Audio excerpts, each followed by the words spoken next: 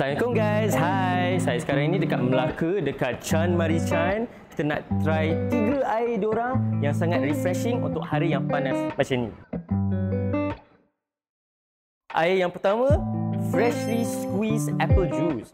Memang diorang guna apple yang fresh, diorang perah. Color dia memang hijau. Ni memang apple betul lah ni.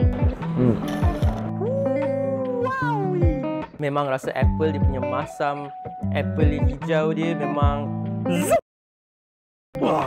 wah terus segar. Wah, air yang kedua, tropical longan juice. Alright. Wah, memang betul-betul tropical ya. Memang ada banyak ketulan longgan kat dalam. Dia punya manis sangat refreshing. Lepas tu memang this is the best untuk cuaca yang panas macam ni ya. Air yang ketiga kita, calamansi cooler. Wah, tengok tu ada ketulan calamansi. Mesti masam ni.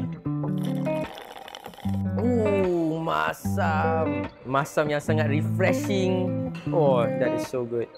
Kalau korang yang family tengah bercuti kat Bandar Melaka ni, datanglah ke Chan Mari Chan. Lepas tu boleh minum air refreshing diorang.